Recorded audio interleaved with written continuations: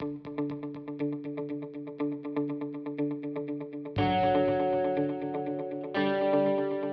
morning or good afternoon, everyone, depending where you are in this wonderful country of ours. It is today, July the 10th, Friday, Fireside Chat. We took a break last week in celebrations of our 4th of July, but Jack and I are back on our Friday.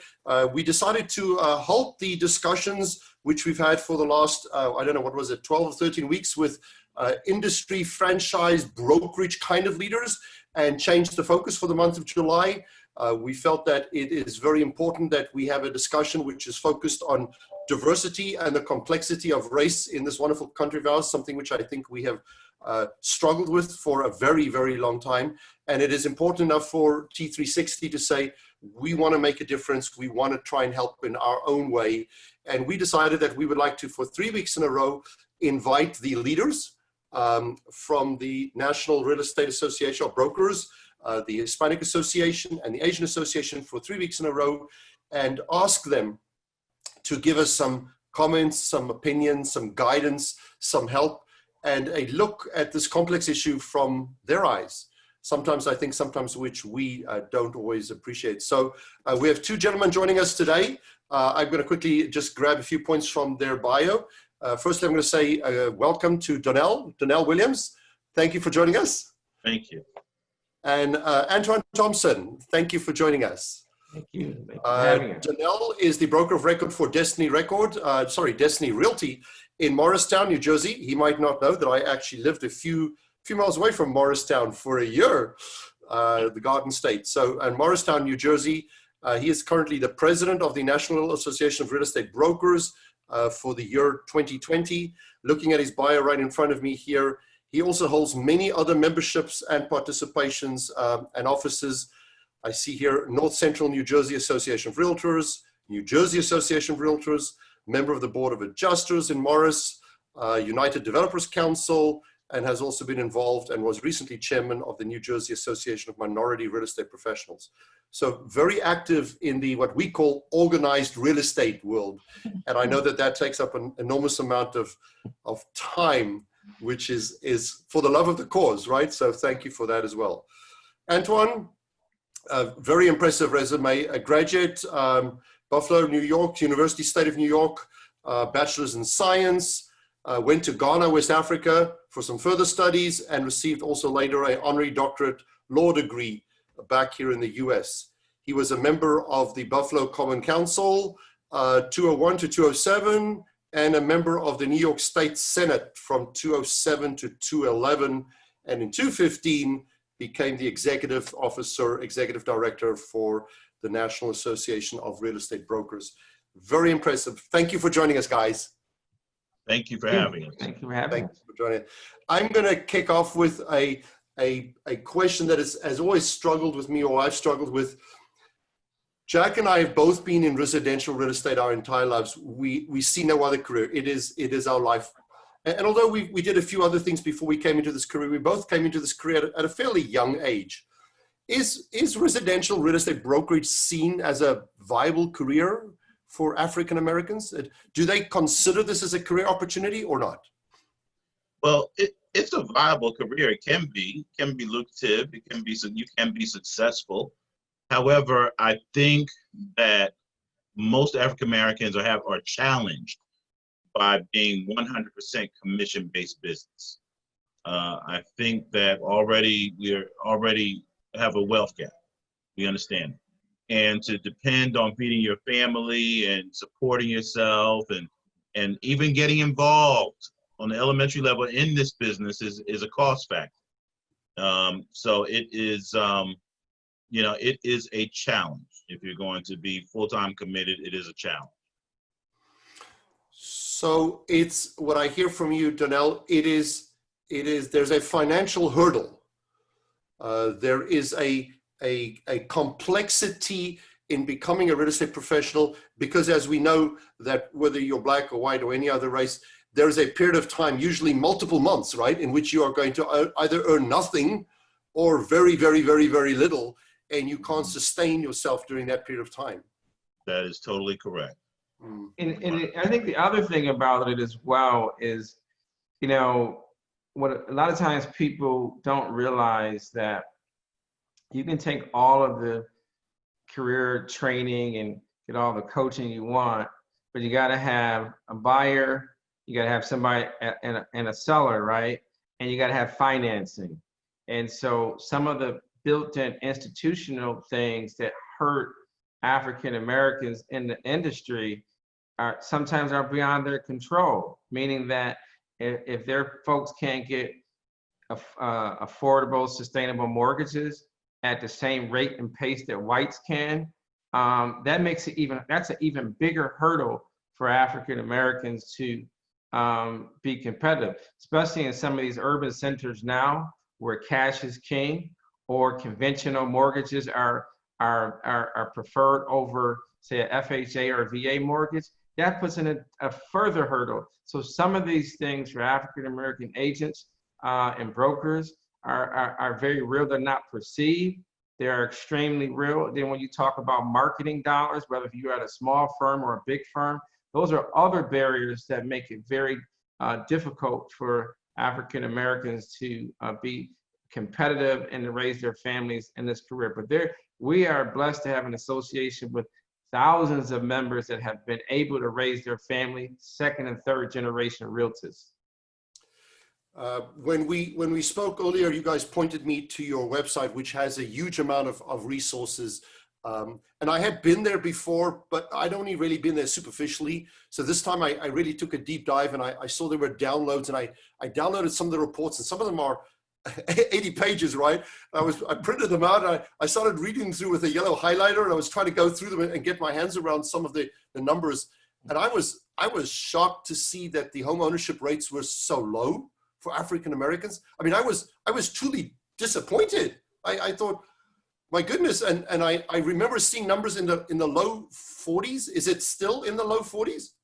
It is, and if you're disappointed, imagine how we feel. They are our friends. They are our friends, our neighbors, our colleagues. We work with them, we worship with them, we play with them, and yet there's no generational wealth being built. The highest rate that since we've been recording is 2004, and that was 49% for African American. So 1 in 2. 1 in 2. Right. Then it sunk down to 40.6, 40.2, I believe it was the lowest, and then 40.6 as of recently last year, 2019. Third quarter 2019, it went up to 42.7%. And each quarter since August 1st, it has crept up. Okay, and so now we're hovering around the 44% mark. We're not sure what it's going to look like for this quarter, but the numbers will be out, I would imagine, towards the end of June, July.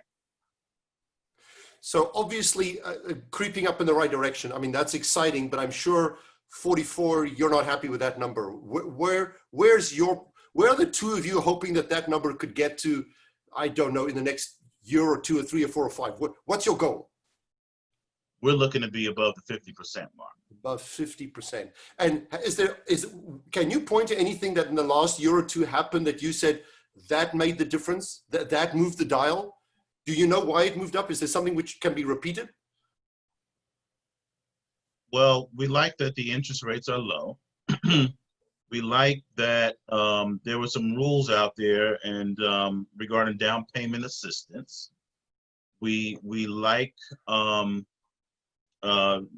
possibilities now of having an African American home ownership program. We are excited about some of the policies that are on the table from our government officials, and we are looking for more progress. And I would also add to that, the association has been really bold and aggressive in terms of outreach. When Mr. Williams came in the office on August 1st of last year, he declared a war on the decline of home ownership. I think that was a bold statement. I think that resonated in the industry. I think it was a wake-up call for our members. We have also launched a program called Housed in the Car to really focus on Black millennial home ownership, and it's resonating. And I think that a lot of Black buyers have been on the sidelines. There are 1.7 million Black millennials that make over $100,000 a year that are on the sidelines. I mean, they got low debt to income ratios. They make over 100,000. They're living in apartments, living in their family basement or in their apartments with their friends. And we have been really working legislatively, programmatically, and to really get that message out. And I think we believe it's working.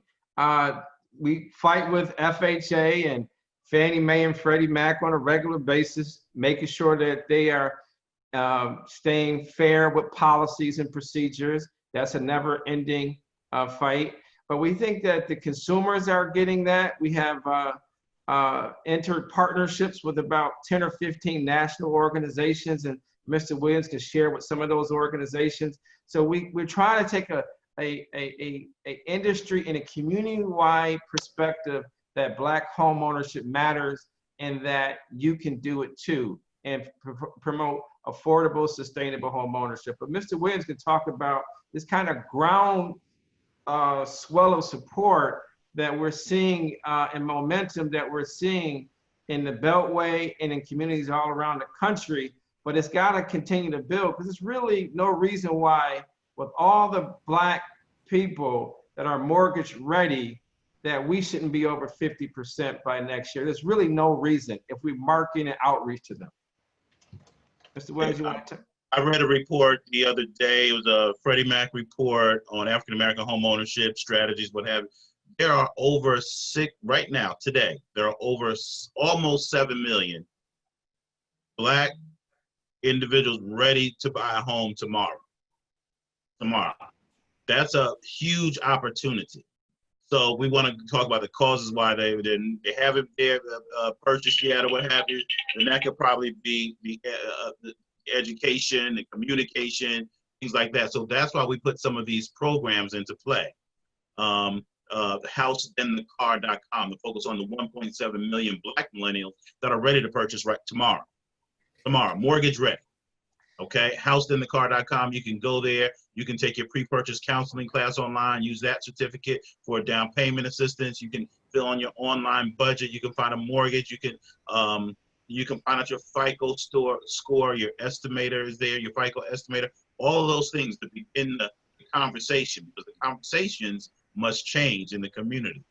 Okay, they have to change. Instead of buying the car first, we're asking you to buy the house, and I guarantee you that the house will then pay for the car. Yeah, absolutely. There's another report out there from Freddie Mac says that, hey, the average age of an African American buying a home is 45 years old. That's a little late. We're a little seasoned there. We're a little late. So we have the real estate opportunities for seasoned individuals, where we talk about reverse mortgage and how to use that product, where we talk about obtaining mortgages, where we talk about wills, trusts, probate, insurance. All of those things are real estate tools that we need to know in our community. And then, of course, the caveat, the creme de la creme, is the Realtist Referral Network. The Realtist Referral Network ties in we begin to connect the dots, as my friend George Frazier says. We connect the dots with all of our civic engagement partners. And right now, we've developed just about an army of these organizations, from Alpha Phi Alpha to the D-Free organization to the Full Fellowship Gospel. It's amazing what we put together, the collaboration. Jack, I'm sure you were listening there when Donnell said there's, if I remember correctly, 1.7 million people ready, right? Ready pre-qualified, ready to go. I mean, that's more than a quarter of what the total sales in the entire country already is. That would create a boom. If those people stepped up, you would have a hot market for the nation. It would be a huge plus. And that's part of the message, and that's why we're so glad that you have us here, and hopefully some of the lending and real estate executives hear this message, because you're absolutely correct. When the market is there, we have over 1 million young people that got to raise a family, that have the credit, that have the income, but we don't have enough people join with us that see the urgency to say, it's business 101. They have money. There's a market. They have money. We got to go get them to buy, right? And unfortunately, when you look at how so many of these companies are spending their digital marketing dollars and their radio dollars, not enough of them are partnering with us to go after this market, because the market is there. We didn't create the numbers. We know the numbers, but Freddie, a private quasi-government institution, made these numbers available not only to us, but a number of people. So we're saying join forces with us. Let's go get these mortgage-ready people and put them as homeowners, because we know the social economic benefits of them being homeowners. And so we're looking to partner with as many people that are willing to join this movement to increase Black home ownership, for people that are mortgage ready. We're not talking about people that got to go to housing counseling and all that, and they got to fix their credit. We're talking about people that are Corner and Freddie Mac that are ready to go. It's just no one's knocking on their door. And the good people that we want to work with, we got to get them fired up to go after those people, as Mr. Williams would say. Well, we know that some of those executives do watch this program, and also are people that we communicate with. I think what you just described is such a market opportunity for the industry and such a collective good. It's a win-win-win. Everybody, we build generational wealth. We close, gaps in income and disparity over time, and it's a win for the real estate community, because now we have more commission dollars in which people can participate. They can build and grow and develop their businesses. So I think that's a huge message, and definitely one we're going to carry into a lot of our conversations with other leaders, because that's a big opportunity right there. I will help, Antoine, I will help carry that message. I will try and get that out for you as well and supplement what you're already doing. What can they do? You said they should reach out to the National Association of Real Estate Brokers to join with you. What is it that you tangibly want them to do? What can they do? What should they do? There are a number of things, but I'll go to Mr. Williams first, and I'll follow up after him. Well, first, we need to create membership, right? We'd like you to join. And then after that, we'd like you to join our initiatives. This doesn't run on, good faith, hope, and tears. We need sponsorship. We value partnership. And that's what we're looking for, to help move this needle. The other thing I would add to that as well is that a lot of the companies have state and federal advocacy and policy agendas. Make sure that the policies that you are supporting impact, create the space for affordable, accessible home ownership. We've heard from a lot of CEOs who said that they're opposed to loan level price adjustments, these overlays that are put on mortgages that make it very difficult for even more difficult for Black buyers. We completely agree. We like to see you supporting more marketing and outreach to these populations. Not all of them are reading a Sunday newspaper. Some we got to advertise on Instagram or Facebook. Some we can reach on Black radio. But we want to partner with you on that. The same thing is true as that in terms of getting more African-American underwriters and loan officers and executives on some of your boards and things of that nature. So we want to be a resource to partner with these folks who are already in business and saying, hey, there's a $1.7 million people. If the average property is $300,000 in some communities, that's a lot of opportunity, not just on the origination side, but on the refinance side, the landscapers, painters, movers.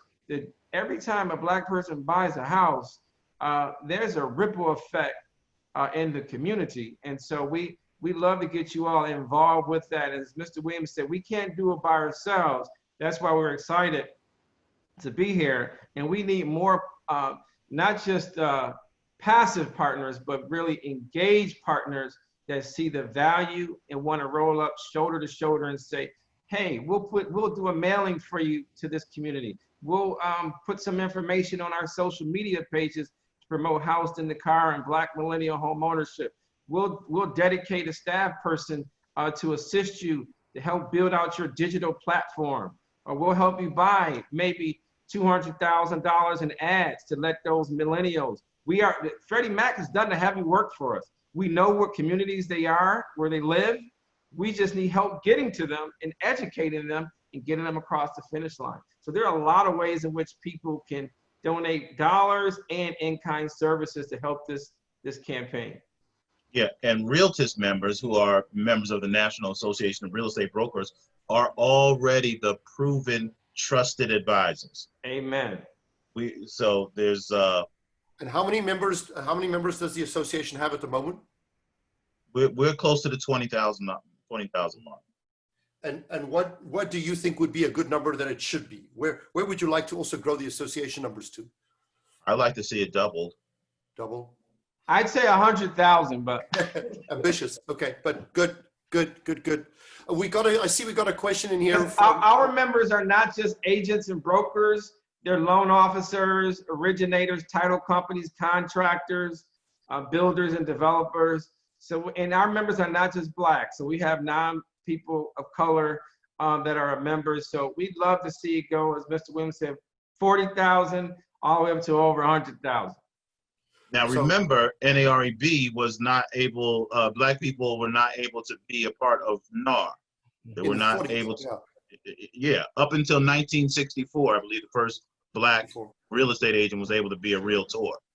So we don't discriminate. We take everybody in, and we always have. That was one of the things when I went through your site and watched the video on the history of the organization, that's still to me is shocking. It's just like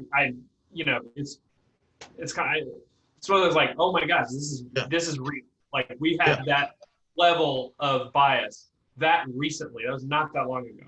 And not that long ago. Yeah, it's just and unfortunately, discrimination in the real estate industry every day, it persists. So we got a lot of work to do. True. You clearly, but the country as a whole, the ignorance level is high, isn't it? I mean, just oblivious to certain facts or understanding of what it means to be somebody of color. I think people just don't get it. Am I right? You're right. Unfortunately, you are correct. And one of the greatest things that we can do in America, African Americans have, throughout the American experience, have desired to be homeowners.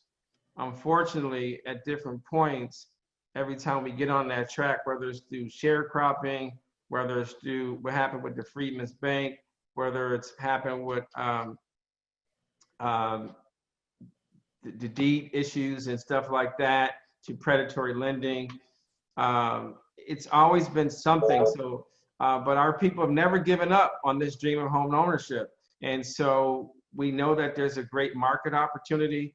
There will, unfortunately, probably be another 2 generations of kids who, before we really see some change, because we've gone really back this last 5 to 10 years on terms of race in America. So it'll probably take another 2 generations before we get some level of civility as it relates to race. But the fact of the matter is there's a market opportunity, and let's try to strengthen as many families as humanly possible to become homeowners.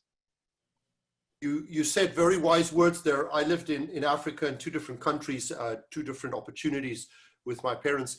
And I realized there that the solution to poverty, the solution to home ownership, the solution to race is not a quick fix. It's not a, we'll do it today and it'll be fixed tomorrow, right? It is really, truly a multi-generational activity.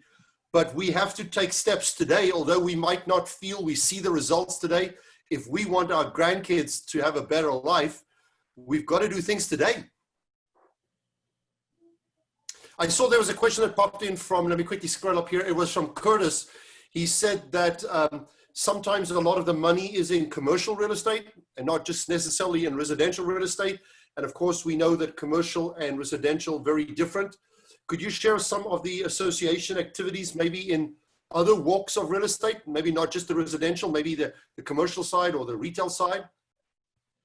Well, we just put on a class for commercial agents, resimercials, what we're going to call them. But we just partnered with some folks over at Sperry Van Ness and put on a very, very good class, because we feel that commercial is going to be an opportunity where we can explore. Currently, right now, there are not a lot of Black commercial agents or brokers out there. So we're not in that arena as heavily as we should be, but we are entering in. We are on our way, forging relationships to make sure that we are prosperous as realtors. Another field that most people look over, Jack, is the appraisal field. Now, we have an affiliate called National Society of Real Estate Appraisers, but across the country, there is a shortage of appraisers, Black appraisers, okay, that are able to give our properties the proper value that they need, because our properties basically are being devalued. It's amazing how the lumber from the lumber yard can leave there on 2 different trucks, drive down the same road, make a left on James Street and a right on Martin Luther King, and instantly it's that same lumber is worth $10,000 less. Wow. It's amazing. So the devaluation, we're looking to put some folks through our scholarship program, appraisers across the country. So there's plenty of work to do, as my executive director has said. There's plenty of work to do. And I would also add too, we are going to be standing up a program end of this month promoting more people to go into the real estate profession. And so that's another thing that some of your folks can reach out to us about, because as he indicated, less than 5% of commercial agents in the country are Black. I think it's actually less than 2%. So we have a lot of work. And so I want to commend Mr. Williams for having a first-class training 2 weeks ago for commercial people interested in commercial real estate. I think there were a couple hundred people in that class. That many Black people in a commercial class was phenomenal. And sometimes we don't really acknowledge that, but I want him to know in front of all of you that to have 200 African Americans in a commercial class for 3 days was phenomenal. And we have to continue to do that, because the need for commercial people working at companies, working in government, working for developers, and working for regular brokers, the market, it's serious. The gap there is huge. And so we've got to get people positioned in all these different areas of commercial real estate. Donnell, Sperry was a good choice. It was a good partner to have, because James Hung, who is with Sperry, is also at the moment the president of the Asian Association, and he will actually be joining us in 2 weeks on the same call to talk about how we can also help the Asian world. So, and he's from Sperry. So, good relationship. Yeah. Tell him I said hello when he's on. I will absolutely do that. Absolutely do that. Are there any scholarships available in the commercial world to become a commercial agent? Because I mean, that's probably even more complicated than residential. So a couple of the organizations do have some commercial grants. A couple of the organizations we work with do have some. We don't have one in right now on our side, but we did have someone that's providing some significant funding to go on the residential, but we would love to get someone that would like to sponsor people to go on the commercial side as well. Because whether you go on commercial or residential, the startup cost is very significant to get those various licenses.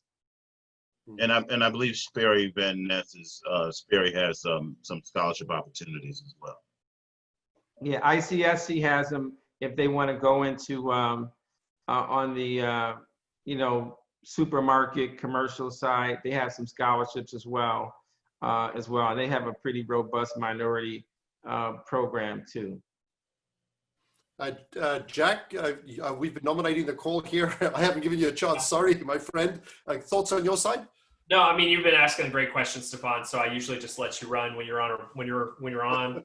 And these two gentlemen have really dropped a lot of knowledge today. So I've taken about 3 pages of notes already. I hope you're not hearing me collecting away over here. But you know, I think this purpose of this is to listen. I was curious about, you know, I think that I'm going to go back to the first thing that we talked about, which is some of the challenges for people coming into this industry, being that's, you know, 100% commission-based industry, and also an industry where when the home ownership in your network is lower, like this is real estate's an industry where you sell to your friends and your family a lot. Like you sell to your sphere, you sell to people you know. So I was just curious about if, you know, there's a lot of, you know, new business models and teams and kind of different approaches. If that is something that is on your radar about companies that have like an employee-based model for real estate, or companies that base their business generation. You know, you always want to work with your friends and your family, but if they have programs for referrals or for internet leads or for working with other people, so that you could, you know, have an on-ramp. And I'm just curious if any of that has visibility into your member demographic, or if those are programs that we should be exploring and saying, how do we make use of those to create easier on-ramps for people in their careers? Well, I certainly look forward to working with you on it, Jack. Well, we were going to. Okay.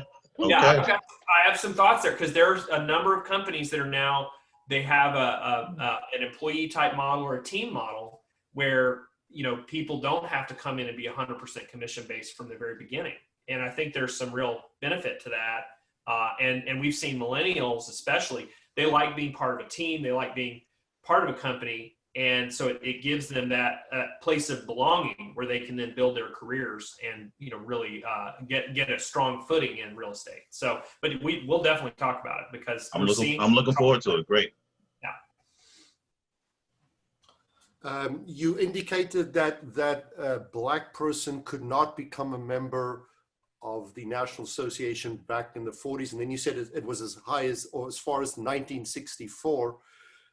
Give or take a year, unless we have the dates exactly right, but that time, which is the 60s. I see somebody on our panelist chat column has just said that there are some local associations that did not allow Black membership as late as the 1980s, which again is a shock to me. If you think that I was already in my working career by that time. I was already adult by that time. As you said, Antoine, when you said, you know, it's going to be 2 generations, the 1980s is only 1 generation ago. It's still in my lifetime. I mean, I was young, but it was in my lifetime, which we had associations that did not allow people because of color. I mean, I think, you know, sometimes as, you know, as African Americans, and I've studied race a lot of my life, like presented papers on slavery and religion and stuff like that. And so as African Americans, sometimes we don't like talking about the issue as much. We experience it, but it's a painful conversation. What people sometimes forget, there's still homes that are sold and they're not enforceable, that had deed restrictions on it, where people couldn't sell a house to a Black person. And this wasn't only in the South. This was in the North as well. And so, you know, Dr. King used to talk about a lot how, you know, yeah, it was in your, you know, race riots didn't only happen in the South. It happened in the North. He got stabbed first in the North. He got killed and murdered in the South. Okay, so the issue of residential segregation, it has been a major issue. When he lived in Chicago, and it's not written about a lot, but Dr. King was out fighting for fair housing in Chicago for the couple of years that he lived there. And so this issue about residential discrimination in housing, particularly on the ownership side, it's a legacy that will take a long time to close. We've made progress, but you know, in Long Island, New York, last year in the newspaper Newsday did a story, and it showed that white real estate agents were asking people to show their taxes, their income taxes, before they would show a black person a house. And that's not new. There was this article 2 days ago where a guy was in Florida, white agent, went up to a black person who owned a house and called the police because he thought the black person was taking an advertisement for real estate out of his own mailbox. You can't make this stuff up. That's unbelievable. It's unbelievable and sad that that is the state of affairs. We have a lot of work to do, and that's why our motto in 1947, since 1947, has been democracy in housing. And it's not easy. And I tell you, as a staff person, someone who also does real estate, not to the degree that Mr. Williams does. He's a very successful broker. It's heartbreaking. You know, when you know people can qualify for a house, but they got to get the black tax rate, or they can't see a house because someone says the house isn't available, or they got to wait, and then by the time they get there, it's already taken. So there's a lot of things that still go on in the industry. And then you talk about how do people feed their family. It's a never-ending struggle because real estate, land in America has always represented power. You know, for years, for well over almost 200 years of American history, if you didn't own land, you couldn't vote. It didn't matter what color you was, especially if you were black, but it didn't matter if you were white or black. If you didn't own land in America, you couldn't vote. So land has always been a symbol of prestige and power in America. So that's why this fight that NAREB is involved with, trying to close that gap, is so important. And we understand that when you vote, you make the law, correct? That's so right. we firmly believe that he who owns the land makes the law. Yeah. So that's what we're trying to gather our folks up and let's own some land. There are many well-known sayings which we all know, right? He who has the gold makes the rule. He who has the land makes the rule, right? He who votes the rule. So there is a legacy system that says this is how it works. Well, both of you, I mean, all I can say is from the bottom of my heart, I apologize for the feelings that you have when you talk about these uncomfortable subjects, and I probably can't understand completely because I'm white, but I do sympathize with it. I will tell you from a white side, it is on a different level, uncomfortable as well, right? We don't know sometimes where to look, what to say, what to do. We sometimes don't know how to not do something that doesn't maybe accidentally offend. But I think if we can do one thing from this call, and I'm sure there are many other calls that you've had which have been as valuable as this call, but if there's something from this call that I'd like to contribute or commit to, is to say, if we can step sort of across the aisle and we can say to each other, we both have a commitment to want to try, we want to make it better, and we're not always sure how. Help us, tell us, guide us, and we will give. I know there are many white people in this industry that want to see an improvement. They want to see something happen. And if we can maybe rally together and come up with some projects which we can work on together, some of the ones that you already have, maybe some new ones, and maybe we can get some, as you said, both time, money, effort, resources, initiatives, blood, sweat, and equity. I mean, it's all of that kind of stuff. But if there's a commitment to say, let's work together to make it better, maybe we can take a step forward, or another step forward, or another step forward.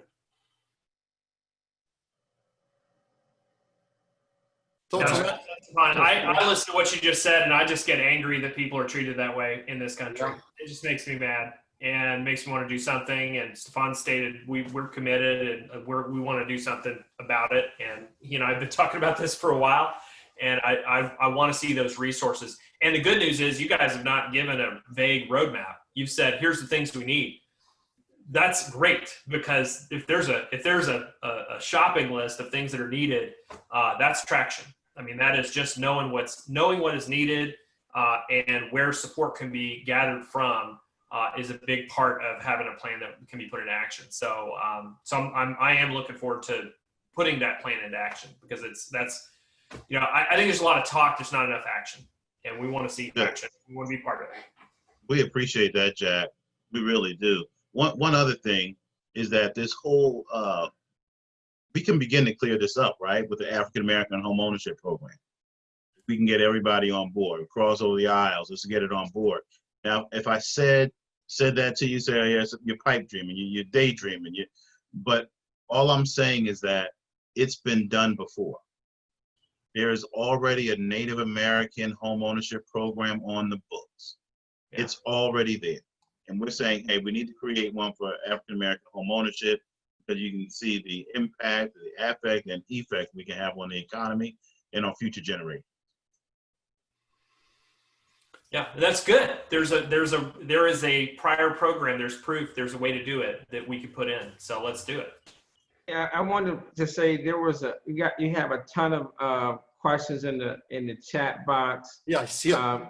I just wanted to mention just a couple of things that people have asked. One about Canada. We have a chapter that's starting in Ghana, West Africa. We've had chapters in Jamaica in the past.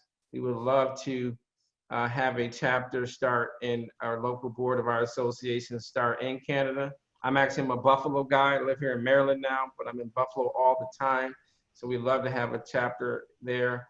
There was another comment about green lending. We know that that's a buzzword for millennials and that some state governments have created different programs to help people greening their homes, but also there's been some talk about a green mortgage product that's affordable and accessible.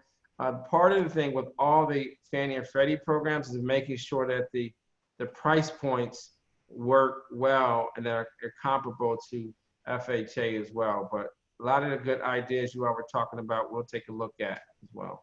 Yeah, we will. Yeah, this is one of the most, I will say, from these, we've been doing these for weeks and weeks and weeks. This is one of the most active Q&A and chat that we've had on any of these. So there's a lot of material in here that people are suggesting for us to look at. So it's thank you for everybody that's participating today. It's meaningful. It shows that there's passion for this conversation. And then we wanted to also recommend to some of the participants today on the call listening in, if they wanted to read something. I did a little bit of homework on my side. I have 2 books I'd like to recommend, and then I'd like to hear if either one of you may have some books that you'd like to recommend, people who would maybe like to just read more about the topic and just feel or understand the complexity. The books that I really felt had an impact was for me is How to Be an Anti-Racist by Kendi. And then the other one is So You Want to Talk About Race. So You Want to Talk About Race. Those are 2 that I recently got my hands on. Are there any that either one of you would recommend that people like to read about this topic more? Williams, you want to go first? Well, Mr. Rothstein's book, Color of Law. I mean, I would read that. Yep, Color of Law. And I would recommend. There's a new book that's hot right now. It's called Race for Profit. Good book, hot. I think it's gonna get a number of awards this year. I think that would be another good book. And then another book would be Color of Money. There's a book out there, the young lady, Michelle Singletary. She also writes, and I will give you one third one, good friend of mine from college. He has a book that's really hot right now as well. It's called The Black Tax. Black Tax. That other one by Sean Rochester. Okay. That other one you just mentioned first, that name rings a bell. Is that the one that just recently won a Pulitzer Prize? Yeah, she's been nominated for one. Nominated for one. Race for Profit, Dr. Taylor. I actually used to work for her dad for 3 years. Look at Chris here. Look at Chris. Chris has been finding a lot of these books and popping them up for us. He's picking up all the links. He's doing a good job. Awesome. Thanks, Chris. Good job. Good job. Well, we said we were going to talk for about 45 minutes. We're around about at that time. So I'd like to give the 2 of you a sincere thanks from Jack, the rest of the T3 team, myself personally, and to anybody who listened in today. Is there maybe a takeaway message, a last message of any kind that you would like to maybe wrap up and share as we say thank you for your time and your leadership. And we will, from a T3.60, most certainly reach out to you in the future and look for opportunities to work together. Donnell, maybe a closing comment on your side? Well, thank you very much. And we're always looking for membership and support. Membership and support. Everybody in the call, listen to that. Membership and support. Antoine? Yeah, I want to thank you for reaching out and all that you do in the industry. And we'd love to see everyone on this call share the information and get involved with this effort to create more Black millennial homeowners. 1.7 million mortgage-ready Black millennials. Let's put them on the path of homeownership and get them off the sidelines. Let's make that commitment today. Thank you. Great. Jack, on your side, a closing thought? We got a lot of work to do, so let's do it. Yes, we do. To the rest of you on the call, we are going to try and continue this discussion, at least for the next 3 weeks, publicly online, as we try and get some opinions from the other two leading associations as well. We will be talking to the Hispanic Association next Friday, same time, same place. And 2 weeks from now, the Asian Association, same time, same place. The goal, only very simple, to try and learn more, understand more, and then ultimately step up and do more. We thank you all for your time today. Have a wonderful weekend. Thank you and goodbye.